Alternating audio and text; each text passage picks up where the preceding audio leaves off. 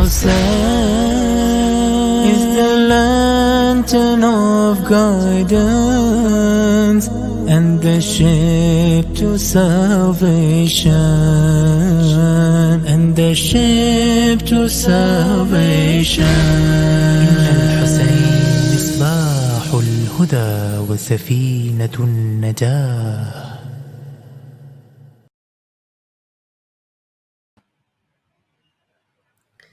أعوذ بالله من الشيطان الرجيم. بسم الله الرحمن الرحيم. Assalamu alaikum wa rahmatullahi wa barakatuh to all our respected viewers from all over the globe.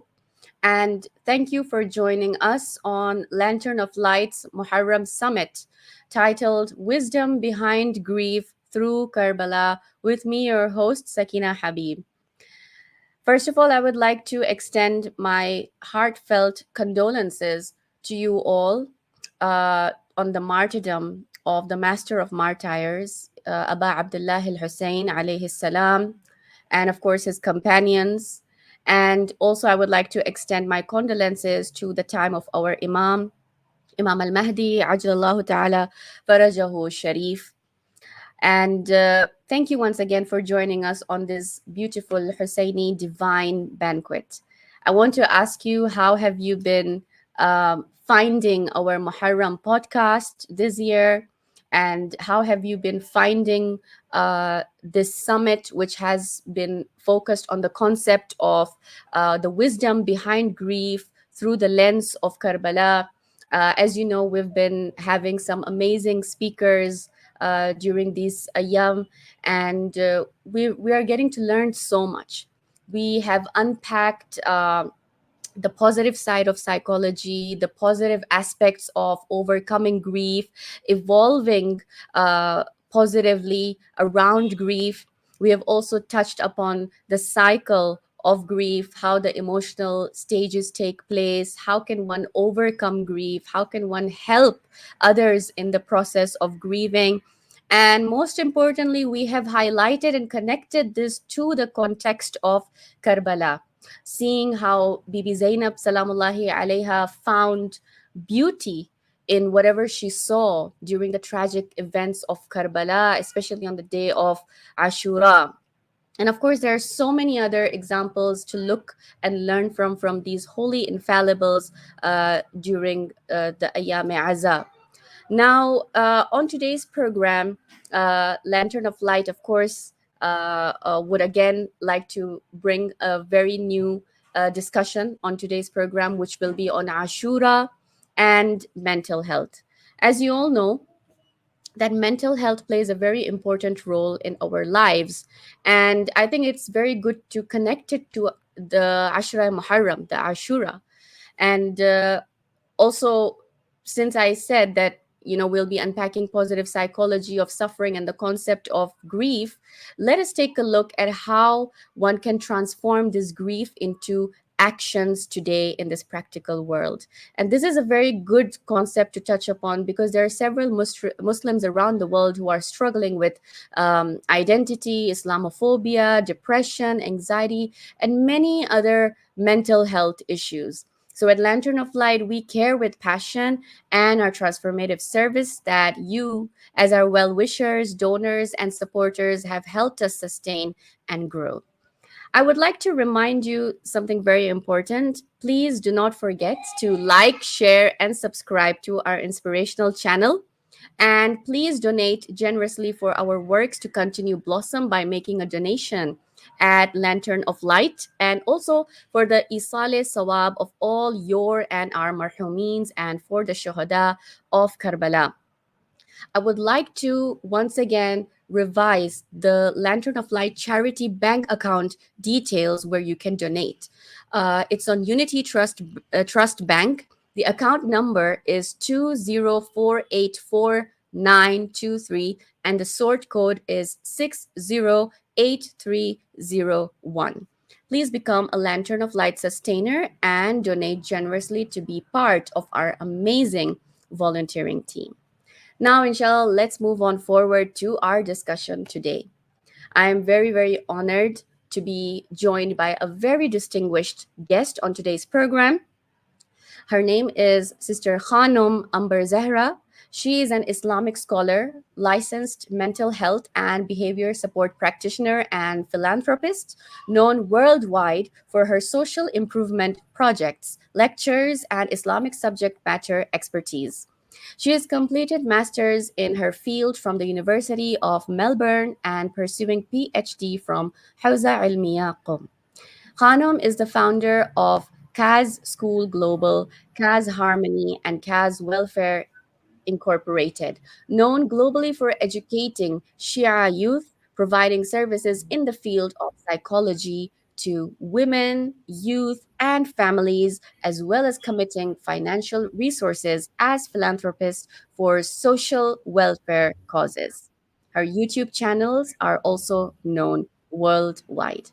Without much further ado, I would like to welcome Sister Khanum Amber Zahra with me on board, inshallah. Assalamu alaikum wa rahmatullahi wa barakatuh, Sister Khanum Amber Zahra. Walaikum assalam wa rahmatullahi wa barakatuh. Thank you so much for joining me here on Lantern of Lights Muharram podcast titled Wisdom Behind Grief Through Karbala. And I would also like to offer you my condolences and taziyat on the martyrdom of Imam Husayn alayhi salam during these Ashra Muharram. May Allah subhanahu wa ta'ala accept our amals and our ibadats and grant us tawfiq to continue to do so, inshallah. Inshallah. Ilahi Ameen. Ilahi Ameen. Yeah, Khanum, thank you for inviting on the program, and hopefully it would be beneficial for all the audiences who are hearing worldwide. Inshallah. inshallah. Thank you. Khanum, I would like to ask you, how are you finding this Muharram, and what are some of the changes that you would like to bring in, and as a transformation within you, and every Muharram, like, it's a different feeling. It's a new transformative change. It's a new reformation for oneself, right? So for you, what would your transformation be this year? What would your change be this year? If you can just tell us a little bit about that. Yeah, that's a very good question, because when we see the event of Karbala, and especially the mourning and the uh, gatherings we have for the remembrance of this great tragedy. So this is an opportunity that has been given to us by Masumin alayhi salam. And we mourn for, someone mourn for 40 days, for 2 months, more than 2 months. So whatever is the length, even for 10 days, it's a great opportunity to transform yourself. And I tell my students and my audiences, wherever I give lecture and talk about this topic, that this is such a profound effect. This has got such a profound effect that you have the opportunity that you can bring a new version of yourself. You see, the Muharram is the starting month of the Yes. Islamic calendar, Islamic year. So this is the first month. Other people, they follow other calendars, and they have their revolutions, they have their promises, their goals set in the beginning of the year. So we Yes. have Islamic year, and it is starting with Muharram. So this is such a great opportunity that we put on some goals, some milestones, and we achieve throughout the year. And our main goal, the ultimate goal, should be that when next year comes in, so we should be the best version of ourselves by that time. If I am Exactly. HANA member 1.0 this year, then I should be HANA member 2.0 next year. We should not only upgrade our gadgets, our mobiles, our cars with new models, we should modify our own self. And that's the best investment of time and effort that's going to benefit us in this life and the hereafter as well. Thank you so much. Yes, that's absolutely right. It's just like a new resolution, like how, at the beginning of the year around the world, when it's like the end of December, when we're nearing the last final days, and when January starts in the Gregorian calendar, how everybody brings in these new resolutions, like, okay, I want to, for example, work on my diet, or on my weight, or on the way I do my activities, or maybe I want to enroll for a new course, maybe, do some Quran journaling. So you see, everybody has their own unique perspectives, and you've put it out the right way, that for us, Muharram is that month where one wants to bring in a new transformation and a new change within themselves. And this is from the soulful aspect, like nafsiyati aspect, Yes. which is far much more greater and important.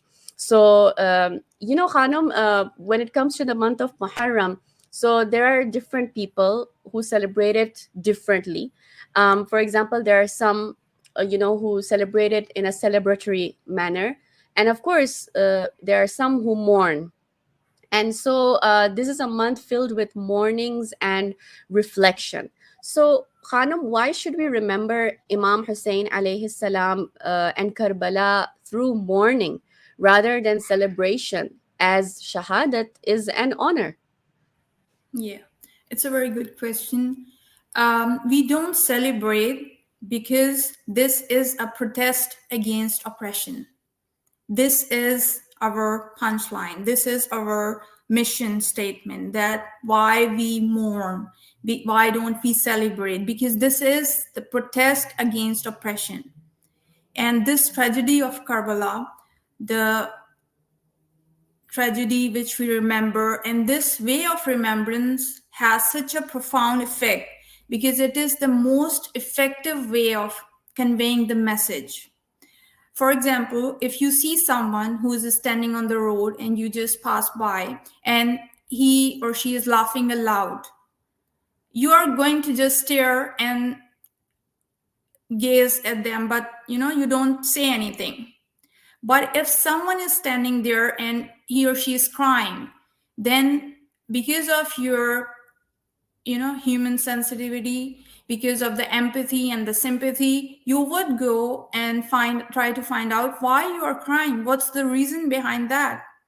And now think about if 2 people, 3 people, and then the mob, and then the whole big gathering, they are mourning and they are remembering with the mourning and with the crying and with all the activities that we have during these morning gatherings. So what happens when we have these julus siyaza in different cities of even in Western countries? What happens when the passerbys, they go by, they pass by, even the non-Muslim, they stop by and they ask, what's the reason behind that? So this is such a profound way, such an effective way, the most effective way to pass on the message of this tragedy of Karbala. And this has been taught by Ahlul Bayt alayhimus salam themselves. That's why we follow their pathway. Masumeen alayhimus salam didn't celebrate, they mourned. So we mourn. But when we see the philosophical aspect, the strategy behind it, so the strategy is to pass that message because this is such an important message. And when we try to find out the answer through the lens of Masoom himself, when somebody asked 8th Masoom that why do you mourn? Why do you still mourn? Why do you remember Karbala still? So he told, or he said, that we mourn or we remember Karbala because we want that you don't forget Karbala as you forgot Ghadir. So Ghadir, we celebrate on Ghadir, and celebrating Ghadir is such a big event, and there are so many blessings for just celebrating Ghadir.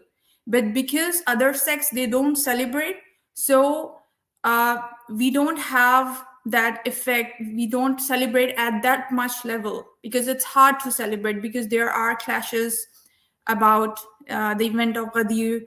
There are things around that. So we don't know the essence of celebrating Ghadir. If we just celebrate Ghadir, it is equal to worshipping 80,000 months straight away. Just celebrating. You are not having any fasting is very good, but the blessings are separate for that. The rewards are separate for that. Just by celebration, you are gathering the blessings and rewards of worshipping 80,000 months. Such a big day.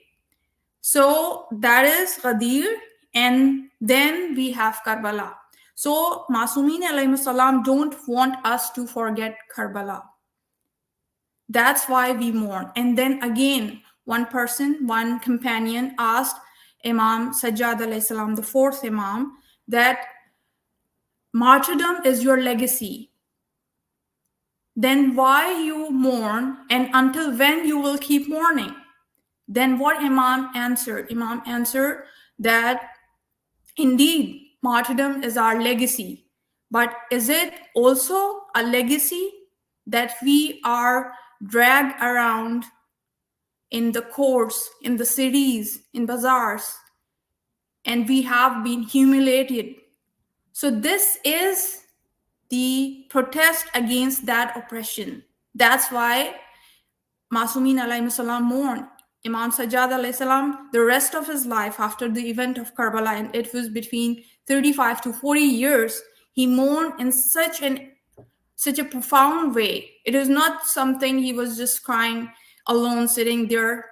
It was so deep, so profound that there are incidents when he used to cry so much that the water used to become the water for wudu, used to become mudaf, that you can't use it for wudu anymore. And they used to change it and then bring it again. And then he cries and then it becomes mudaf again.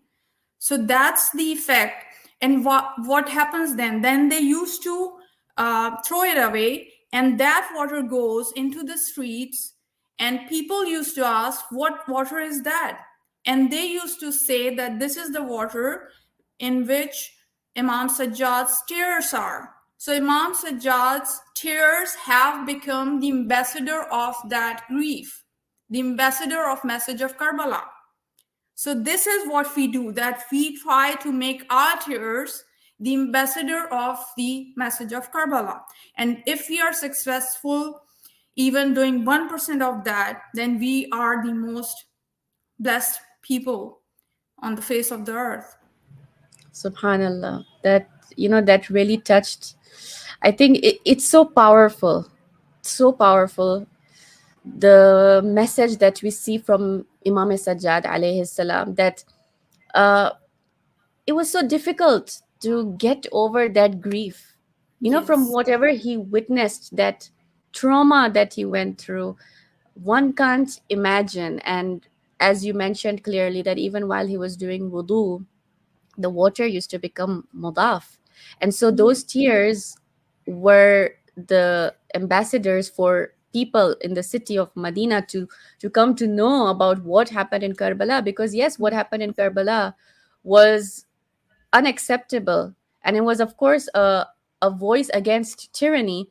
And this is what Ahlul Bayt teaches, that when you see something that is wrong, which is when they we say in like Urdu, kisi cheez ke khilaf, so like there was a lot of zulm and all of that going on, which was unacceptable. Even when we speak about humanity, that whatever happened, that was completely unacceptable, especially happening to the household of Rasulullah sallallahu alaihi wasallam. So yes, this was like a voice, this was like a protest. Very true, as you mentioned, Khanum.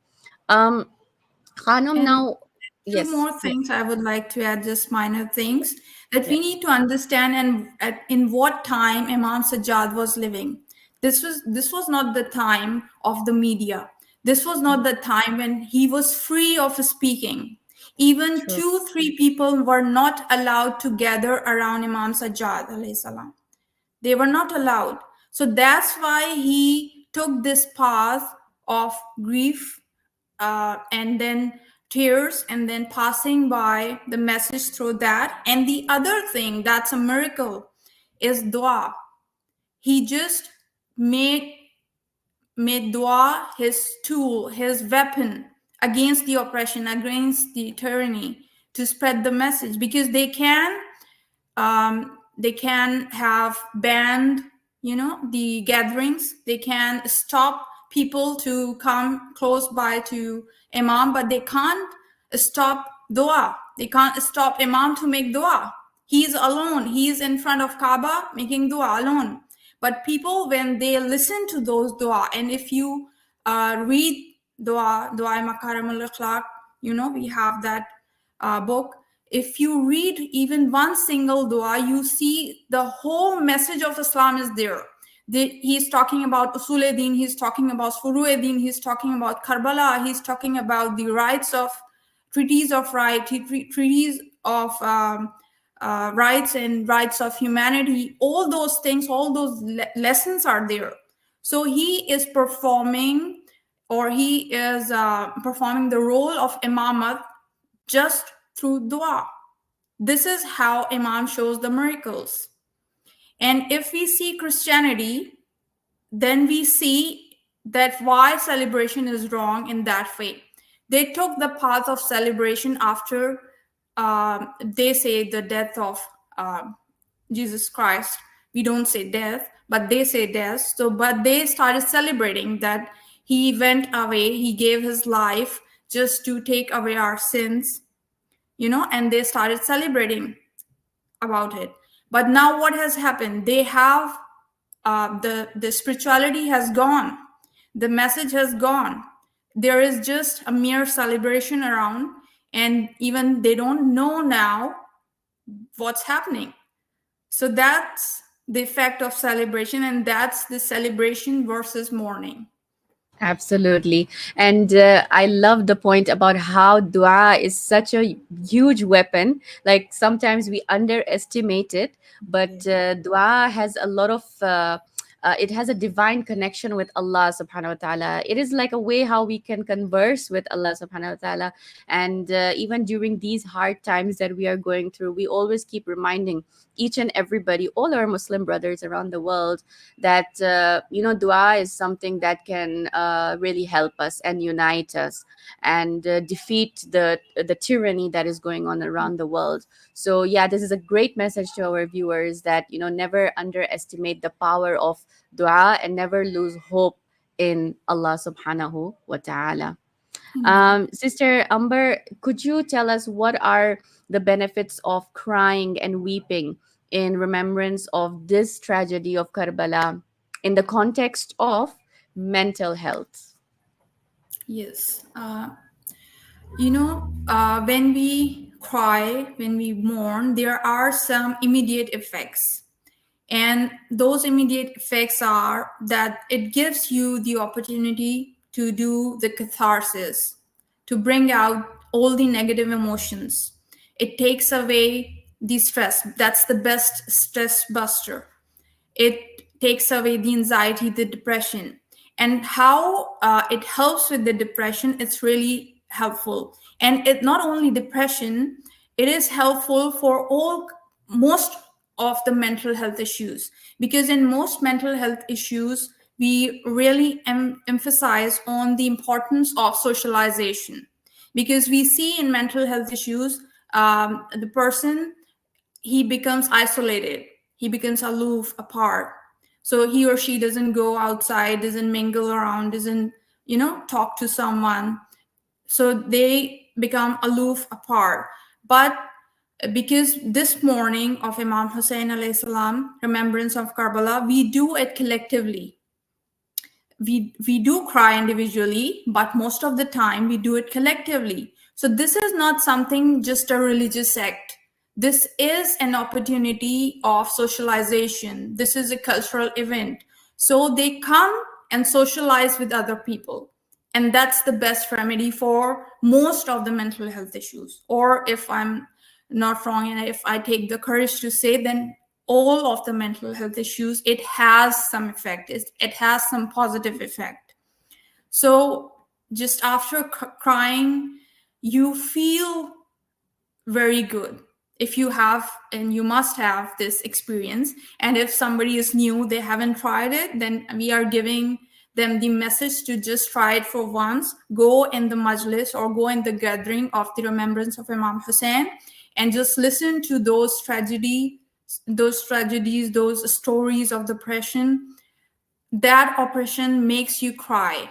And just after that, you feel yourself, your soul, your heart, that it's so light.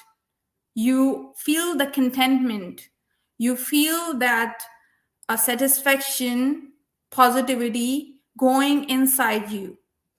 And when you go in the morning gathering, the remembrance of Karbala, wherever it is, in however way you do it, whatever culture you belong to, in whatever way you are doing, when you go there are so many positive vibes out there. You don't find any negativity. If you are part of that acts of worship, these are the acts of worship. So when you are part of those, you find all those positive vibes coming and becoming part of your own self. So it has a direct effect on your soul. It has a direct effect on your psychology.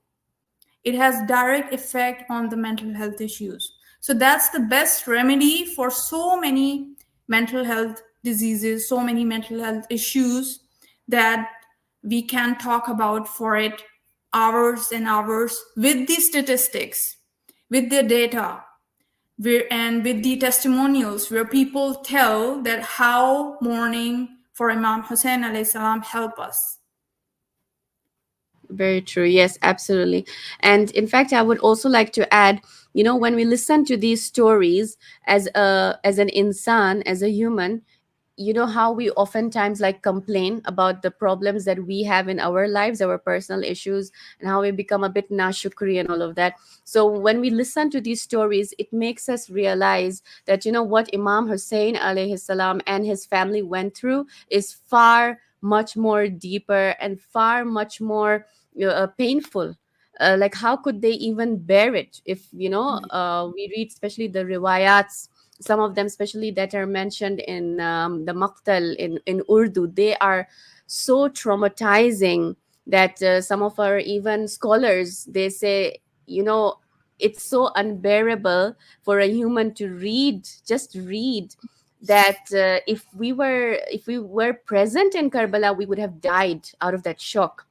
So it's like a realization for me and you, that if Imam Hussein alayhi salam could have could have borne all those things, then Allah has given us human beings also that sabr and patience and wisdom to be able to overcome this grief and be thankful. Like whatever problems we have in our lives, this is like a test for us, and that a human being should be content with whatever Allah is making us go through, the trials and tribulations. It's a part of life, and it makes us realize that it is actually much lesser than what Imam Hussein alayhi salam and his family went through. And Yeah, here I yes. give you one real life example. Like around 7-8 years ago, my best friend, one of the best friend, she died, and she died in a tragic way. She was being poisoned by her husband. So it was very traumatic experience for the whole family, the sister, the mother, and she was not a Shiite. they they belong to the Deobandi sect, Shafi'i, they follow. So they don't believe in mourning, they don't believe in even making any dua, they don't believe in doing any good deed for the dead one. So they were just doing in that way. So I was in touch with them, and few months passed by. Then the sister called, and she told me that me and my mother, we just secretly go to the grave of my sister, because we don't feel that we have this sabr.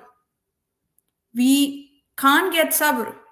I don't know what's happening, she was Thank asking. you. So at that Yeah, point, so I difficult. told her that that's why whenever there is a death of our loved one, we do majlis, we mourn Imam Hussein, because this is such a remedy for our own grief that we forget then our own griefs, our own sorrows. We think about the immense griefs and sorrows that Ahlul Bayt have gone through. Then we find ourselves that our pain is so less in front of the painful events they have gone through. And there are people who have just come from this year's Hajj. This year's Hajj is one of the most difficult Hajj because of the heat and all that, and because there were not so many facilities, even water was not available. So people were telling me that we were walking for hours and hours without water, and we were just thinking about the thirst of Imam Husayn alayhi salam. And that gave us the power to walk it for such long distances. Absolutely, absolutely. Amber Khanum, you have touched a very good point. You know, even when we go for Karbala ziyarats, from my personal experience, especially in the peak months when, you know, it's very hot, June, July, August, somewhere there. And this is what happens, yeah, to us, like when we're feeling that thirst, subhanallah, it's like this divine, you know, message, or I don't know, this your conscious, you know, just recalls that, oh my god, if I'm feeling this heat and if I can't walk and there is no water, how did Imam Hussein and Bibi Zainab and that small child, the 4-year-old Bibi Sakina, tolerate all of this, along with being tortured all the way, you know, in Kufa, Sham, and, you know, they were dragged on the streets. This is, you know, at least we are just walking out of our hotels and then we're coming back to our hotels and we've got facilities. So And we yes, haven't this lost our loved ones. They have exactly, lost all their loved ones. very true. This is a huge, huge reminder. Khanum, when it comes to the ultimate goal, okay, so what's the ultimate goal Masumin alayhi salam want us to achieve through mourning and remembrance of Karbala? Yes. It's a very good question. It's a deep one, and we should reflect on that. Everyone should contemplate on that, that what Masumin alayhi salam want from us. Because crying, mourning, weeping, these are all the tools. These are all the base, the foundation that has been provided to us. That's not the ultimate destination. That's not the ultimate goal. Ultimate goal is to attain excellence, to achieve perfection. And if we try to understand that, now everyone would ask that how to attain excellence, how to achieve perfection, because it is such a difficult way of doing that, and how to achieve it, it's not easy. So if we try to summarize it to understand how to do it, then it, as azadari is act of worship. So if we see all acts of worship, there are some goals, the ultimate goals that we need to achieve by given by Allah and Masumin alayhi salam. Because behind everything there should be a reason, there should be a purpose. So the best or the most significant act of worship is salah, namaz. So if we see that it is such a significant act of worship that if it gets accepted, all our good deeds would be accepted. And if it gets rejected, all our good deeds would be rejected. So such an important act of worship, such a significance. So we need to see that what's the purpose behind that act of worship. So if we see that, then we are understanding if it's accepted. It means there are two kind of namaz, there are two kind of salah. One is accepted and one is being rejected. And by Quran, the verse of Quran, it's being said that if it's been rejected, then there isn't anything left for us. It would be thrown on our faces. So if it's been accepted, it means that there is an acceptance level. So then how do we know that our namaz or salat is accepted? So we can't tell it. Even an imam who leads a prayer, who leads salat, he cannot tell. But who is Imam Barhaq, who is Imam Mubin, he can tell. And that's why a person asked sixth Imam Jafar Sadiq alayhi salam, that the son of Prophet tell us that salat has such a significance. It's such a significant act of worship. So how do we know that it gets accepted? So Imam said that it's very easy to understand that either has it been accepted or rejected. So he said, how? So Imam said, just start seeing that after establishing salat, because it's not reading salat, it's establishing salat. Aqamat salat. You have to establish salat. So if you start establishing salat in your life, establishing namaz in your life, then Imam said, start seeing that what good deeds you have not been doing until now, you have started doing, and what bad deeds or habits you were doing earlier, you have stopped doing them. So the good deeds, if they are increasing and the bad deeds are decreasing, it means prayer or salat or namaz has been accepted. So this is the criteria, that the salat or any act of worship should purify your nafs, should do the task of character building.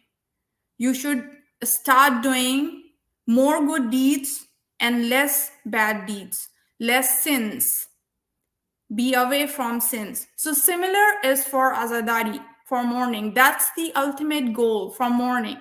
Crying is just a tool. It's just the first step. It's just a first milestone you achieve.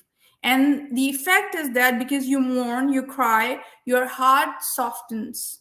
When your heart softens, then you are ready to cultivate the new acts of good deeds in your life to enter your heart. You are all welcoming the good deeds in your life. And as in the beginning of the program, we said that this is the starting of the year of Islam. So we should make the resolution. So the best way of doing it is we have 12 months in a year. In an Islamic year, we have 12 months. Also in the English calendar, we have 12 months, but we are talking about Islamic year. So just dedicate 1 month to one imam. We have 12 imams. Dedicate 1 month to one imam, and just whole month pay attention on one specific trait of that imam. Like Imam Ali, his trait is ilm. So just the month of Muharram, dedicate that month to gather more and more knowledge, to gather more and more ilm. Similarly, for second Imam, when it comes to second Imam, Imam Hassan Mushtaba, he was very generous. So just that generosity, bring it to your life. And they don't have only one single trait, one single good thing in their life. They are just the ocean of good deeds. So your life would pass by, but this whole process won't never end. But after 12 months, you would be having 12 good deeds in the version of your life which is you have entered now. So you are better off next year the same time, and you have tried to achieve the ultimate goal of attaining excellence and achieving perfection and purifying your nafs, tazkiyah nafs. So, thank you so much, Khanum Amber. I think that is a brilliant idea. And I think we all should definitely apply this concept practically in our lives. I personally would. This is like a way of refining yourself, redefining yourself, which is very important and should be our purpose. because when we ask what is my purpose in this life, this is exactly what our purpose is. So I think this is a wonderful solution, and I hope all the viewers will do that, inshallah. I loved how you said that, Imam Ali alayhi salam's trait is ilm. How during this month of Muharram, when we attend so many majalises and lectures every day, it's like drops of golden knowledge. Every day we are learning things. And subhanallah, it's so surprising that ilm is so vast. Like, even if I say, okay, 10, 15 years back, if I was listening to these majlises, still, after 10, 15 years, if I'm listening to the Muharram majalises, every year there is still something new that I am learning. There's Yes. always something new. Yeah. Yes. So this is the beauty about even our Muharram majalises and our Islam, that mashallah, there is so much ilm out there that one can benefit from. I would like to thank you so much, Khanum Amber, for your time on today's program. If there are any final words or a message or an advice that you would like to give out to the viewers, then inshallah, please let us know. Yeah, the final words are the same message that we have ended up on. Just take it away as the golden message and write it down somewhere so that you don't forget that this morning of related to Imam Husayn and remembrance of Karbala, it has got such a profound effect that you can cure any kind of mental health. I'm a mental health practitioner. I go through all those things with my patients the whole day. But I have seen so many successful cases when they have connected in that way to Imam Husayn alayhi salam. So this is one of the kind of miracles from Imam's life, with which we can connect and get the effects that is effective on our souls. Jazakallah, Khanum Amber. Thank you so much once again for your time. May Allah subhanahu wa ta'ala accept all our du'as during these ayam of Muharram. And inshallah, we pray for the hastening and reappearance of the time of our Imam, Imam al-Mahdi ajallahu ta'ala farajahu sharif. Once again, thank you so much, and Khuda Hafiz, Jazakallah. Thank you to all our viewers for tuning on today's podcast. Please make sure to let us know your feedback and comments on today's podcast. And also, please support Lantern of Light channel as much as possible. Please do share today's messages with your family and friends. And inshallah, we will be bringing more upcoming podcasts to you in the upcoming days of Muharram and Safar, inshallah. I'll be leaving you with gratitude and prayers. Please remember me and Khanum Ambar Zehra in your humble du'as. This is your host, Sakina Habib, signing off. Jazakum Allahu khairan. Wassalamu alaikum wa rahmatullahi wa barakatuh.